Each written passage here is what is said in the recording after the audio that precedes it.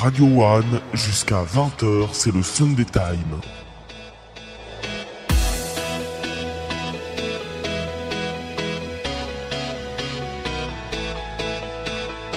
Olivier Frigara est à présent avec nous. Bonjour.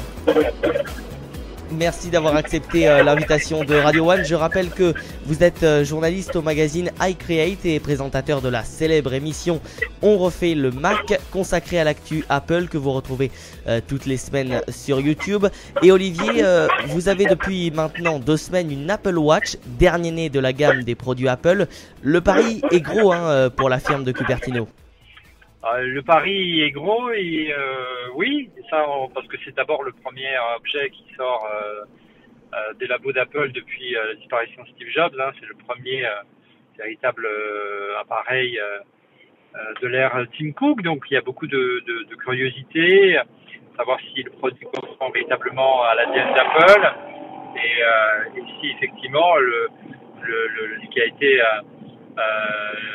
ce qui a fait le succès d'Apple ces années précédentes est toujours là. Mais on peut déjà penser que le pari est en phase d'être réussi. Surtout que le lancement mondial a tout de même été plutôt raté, la date de sortie étant pour le 24 avril dernier. On ne trouve aucune Apple Watch dans les Apple Store. Pour vous, c'est un coup marketing de la part d'Apple ou c'est tout simplement une erreur ? Bon, ça fait à chaque lancement de produit, il y a des problèmes de disponibilité. C'est pas nouveau, sauf que là, c'est vrai que là, il y a un gros couac industriel, dirons-nous. Hein. Il y a plusieurs. On sait maintenant pourquoi l'Apple Watch se fait si rare. Hein. C'est pas une volonté marketing d'Apple, même si elle a pu l'entretenir par le passé.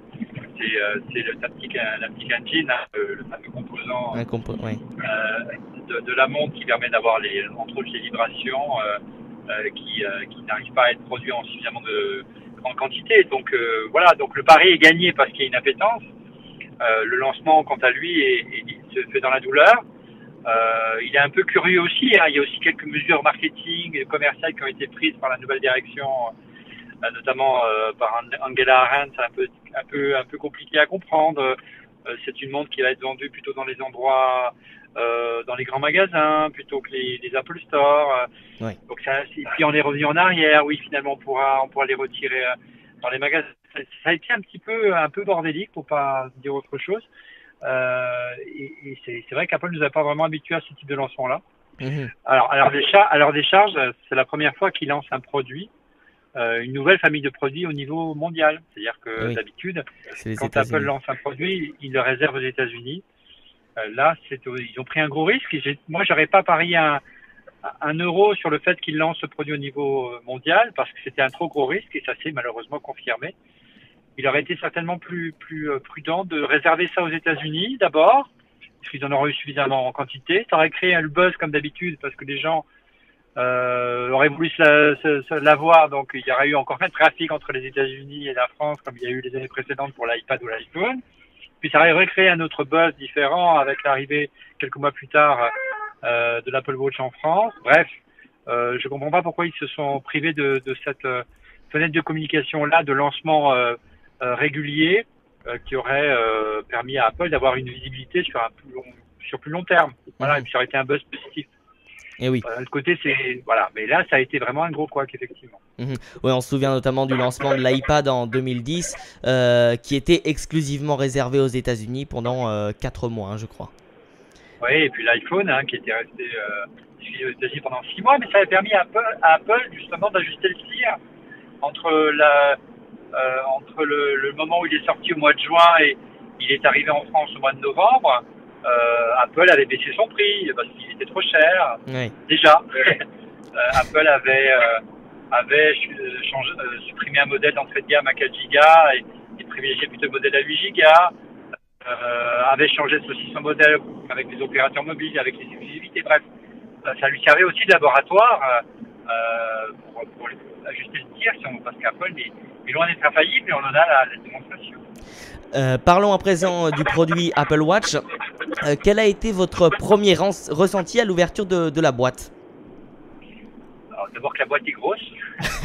Donc, pour un produit qui est par une entreprise qui se veut verte, ça fait un petit peu sourire, mais on sent qu'Apple veut vraiment en mettre plein la vue et aller plutôt dans les codes du luxe. Donc on sort un petit peu des codes traditionnels d'Apple pour la présentation d'un produit. Hein, c'est vraiment un écran. Le premier réflexe, c'est que le premier sentiment, c'est que c'est un beau produit tout simplement. C'est un bel objet. Oui.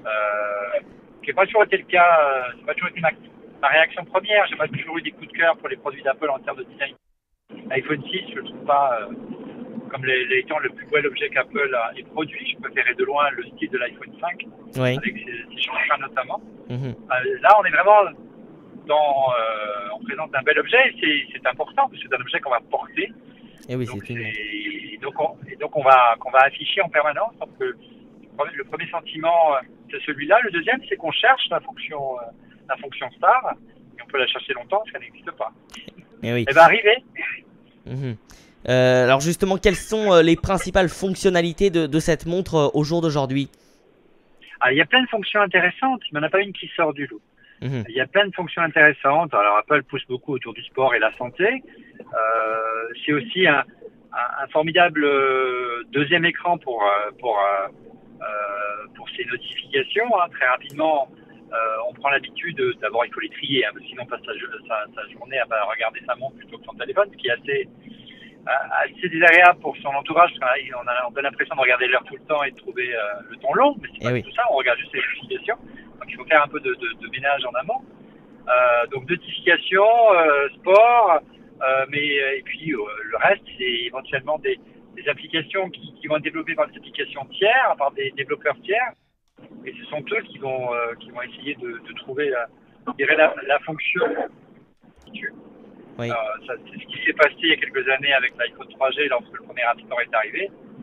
On a vu débarquer toutes ces applications aujourd'hui qui sont naturelles, mais quand on a vu arriver Shazam pour la première fois, on n'aurait jamais imaginé qu'un téléphone pouvait nous aider à reconnaître l'auteur ou l'artiste d'une chanson. Voilà, ces applications vont arriver. Mais on est au tout début d'un cycle, hein, avec l'Apple Watch. Mhm. Le meilleur est à venir. Moi, ce qui m'a le plus marqué en dehors du fait que c'est un bel objet, qu'il n'y avait pas forcément de fonction dessus, c'est son mode de navigation, la manière dont elle interagit avec le corps de manière tout à fait naturelle. Ça fonctionne assez bien. Je trouve que l'ergonomie est au rendez-vous, même s'il y a besoin d'un petit apprentissage quand même. On a tendance à vouloir naviguer en tactile, alors que c'est plutôt avec la couronne numérique qu'on fait l'essentiel de l'eau. Et est-ce que vous vous êtes justement surpris à parler à votre montre pour répondre à un SMS ou toute autre chose avec l'utilitaire Siri? Oui, j'étais vraiment surpris de la réactivité de Siri.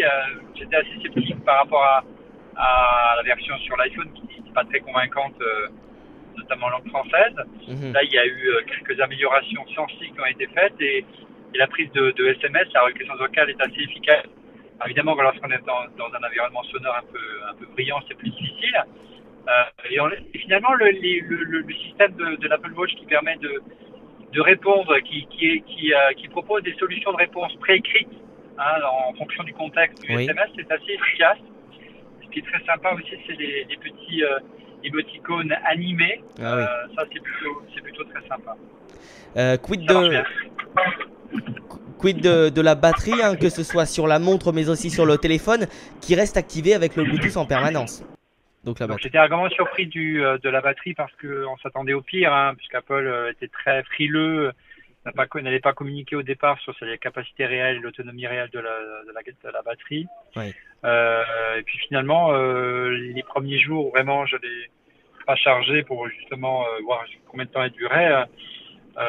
J'ai tenu presque une journée et demie quand même. Donc c'est dans quand la même moyenne. pas mal.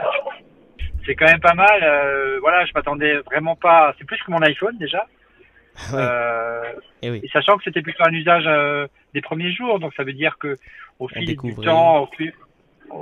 temps où on passe pas le nez sur l'écran de sa watch, on peut tenir facile presque 2 jours si on ne tire pas trop sur la batterie. Mhm. Donc c'est plutôt une bonne surprise. D'un autre côté, on le paye un peu parce qu'on voit bien qu'Apple a essayé d'optimiser à mort la batterie et dès qu'elle le peut, la montre coupe l'écran, coupe les connexions Bluetooth et Wi-Fi. Donc ça produit quelques ralentissements. Il y a souvent la petite roue qui tourne parce qu'il communique avec l'iPhone. notamment pour plan. Oui. Donc on sent vraiment que Apple était vraiment à vraiment chercher très très loin la réserve d'énergie et qu'ils essaient d'optimiser à mort, quitte à produire quelques ralentissements et à gêner un petit peu, je dirais, l'usage pour des ralentissements. Je pense que la prochaine génération sera beaucoup plus intéressante par rapport à ce point-là. Oui. À moins que des mises à jour viennent d'ici là, mais on n'est pas encore là. Et alors, bon, après avoir décrit finalement donc ses principales fonctions, la vraie question aujourd'hui, c'est son utilité. Est-elle vraiment indispensable? Est-ce qu'on peut se passer de l'Apple Watch? On peut se poser la même question avec... l'Apple Watch, c'est pas un produit en tant que tel, si ce n'est qu'effectivement, il peut très bien se passer d'iPhone pour donner l'heure. Mais on n'a pas trop d'intérêt d'acheter un Apple Watch juste pour l'heure. Mais pour le reste, c'est un périphérique de l'iPhone. C'est un accessoire. À partir du moment où c'est un accessoire, il porte bien son nom. Il est accessoire. Mais c'est un accessoire qui sait se montrer utile. Et c'est vrai, quand on a pris l'habitude de l'avoir au poignet, notamment parce qu'on a accès aux notifications, parce que notamment on peut répondre à un coup de fil lorsqu'on a les mains qui sont occupées. On n'a pas forcément à chercher son téléphone. Même en voiture, c'est assez pratique parce que on a le GPS qui apparaît sur le poignet alors qu'on a les mains au volant, donc c'est plutôt pas mal. Bref, elle prend sa place naturellement et c'est un usage qui s'installe. Maintenant, elle ne remplace pas, elle n'est pas aussi révolutionnaire qu'elle a été en son temps l'iPhone lorsqu'il est arrivé, parce qu'il a mis dans la poche de tout le monde l'Internet. Mais il sait se montrer indispensable, comme c'est montré indispensable l'arrivée de l'iPad. L'iPad, il n'est pas indispensable, on peut surfer avec son iPhone, mais sur un iPad, c'est plus confortable parce que l'écran est plus grand. On peut surfer avec son Mac, mais le Mac, il est plus lourd, et puis il faut... voilà, c'est différent. Oui. Donc, il prend sa place, et encore une fois, on est au début d'une histoire. On a vu, l'iPhone, il a évolué par petites touches. La première génération n'avait absolument rien à voir avec ce qu'il est aujourd'hui. Idem pour l'iPad, qui sont devenus tous les deux des produits totalement autonomes. Au départ, ils étaient des périphériques du Mac, pour mettre de la musique, pour mettre des photos, etc. Et puis, ils ont pris leur indépendance. On peut penser que d'ici quelques années, raisonnablement, l'Apple Watch prendra aussi son indépendance. Et on peut même se poser la question si là, non seulement elle sera indispensable, mais à partir du moment où elle prendra son indépendance, elle pourra remplacer un de nos appareils. C'est-à-dire que à un moment où on n'a plus besoin de se travailler avec un téléphone, à quoi bon avoir un téléphone dans la poche, C'est sûr. C'est sûr, le jour où cette Apple Watch pourra être indépendante, ce sera quelque chose de très... Aujourd'hui, techniquement, c'est pas possible. C'est-à-dire que l'expérience utilisateur serait tellement dégradée par ça qu'Apple n'a pas fait ce choix-là. Il y a d'autres marques qui l'ont fait, je crois notamment LG, qui propose un téléphone avec plus 4G. Mais en termes d'autonomie, en termes d'usage, ça apporte pas forcément grand-chose aujourd'hui. Lorsqu'il y a véritablement un écosystème qui s'est développé, lorsqu'autour de notamment des applications de santé, des usages de santé, des grands organismes de santé, des grands hôpitaux ont mis en place des programmes, donc on aura besoin qu'ils communiquent. Là, il y aura un vrai intérêt à ne pas forcément utiliser un téléphone. Mais encore une fois, on est au début d'une histoire. Maintenant, où je suis très curieux, c'est de savoir comment Apple va gérer les mises à jour de sa montre. Je ne parle pas des mises à jour logicielles, c'est des mises à jour, est-ce qu'ils vont suivre le même rythme des mises à jour matérielles que pour l'iPhone et l'iPad. Ouais, c'est quand même un objet qu'on porte et je ne sais pas si les gens ont forcément envie de changer de montre tous les ans, surtout que je ne les ai pas donné, surtout les modèles 400... qui ne sont pas des modèles, surtout pas des modèles sport, qui sont déjà chers. Mais alors les modèles en acier inoxydable, voire les modèles en or, c'est carrément de 400 à 18 000 €, oui.